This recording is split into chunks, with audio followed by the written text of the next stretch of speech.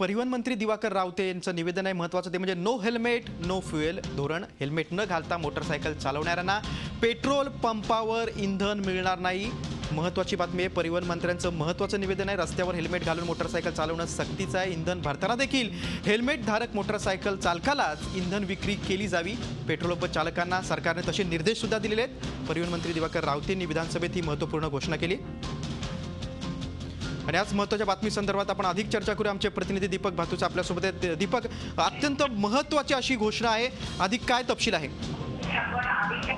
अग्रीश, आपल्याला माहिती आहे सुरक्षेच्या दृष्टीने परिवहन विभागाने हेल्मेट सक्ती राज्यभर लागू केलेली आहे आणि हेल्मेट न वापरण्याविरोधात अनेकदा धडक कारवाई सुद्धा परिवहन विभागाने केलेली आहे। त्यातून अनेक जणांविरोधात कारवाई झालेली आहे, परंतु तरी सुद्धा हेल्मेट सक्ती संदर्भात नागरिक किंवा दुचाकी स्वार जे आहेत ते गंभीर दिसत नाही आहेत। अनेक जण दुचाकी स्वार जे आहेत ते हेल्मेट वापरताना दिसत नाही आहेत। त्यामुळे यापुढे आता ज्या दुचाकी स्वाराकडे हेल्मेट नसेल त्याला पेट्रोल पंपावर पेट्रोलच द्यायचं नाही असं धोरण राबवण्याचा निर्णय हा परिवहन विभागाने घेतलेला आहे। त्याची घोषणा दिवाकर रावते खात्याचे जे मंत्री आहेत त्यांनी विधानसभेत केली। त्यामुळे यापुढे जर तुम्ही पेट्रोल पंपावर दुचाकीद्वार पेट्रोल घ्यायला गेला तर त्यावर हेल्मेट नसेल तर त्याला पेट्रोल जे आहे ते मिळणार नाही। म्हणजे नो हेल्मेट नो फ्युएल अशा पद्धतीचं हे धोरण आता राज्यभर राबवलं जाणार आहे। त्यामुळे किमान दुचाकी स्वाराला जे हेल्मेट सक्ती आहे ती हेल्मेट सक्ती कायम राहावी, ते हेल्मेट सक्तीची अंमलबजावणी व्हावी म्हणून सरकारने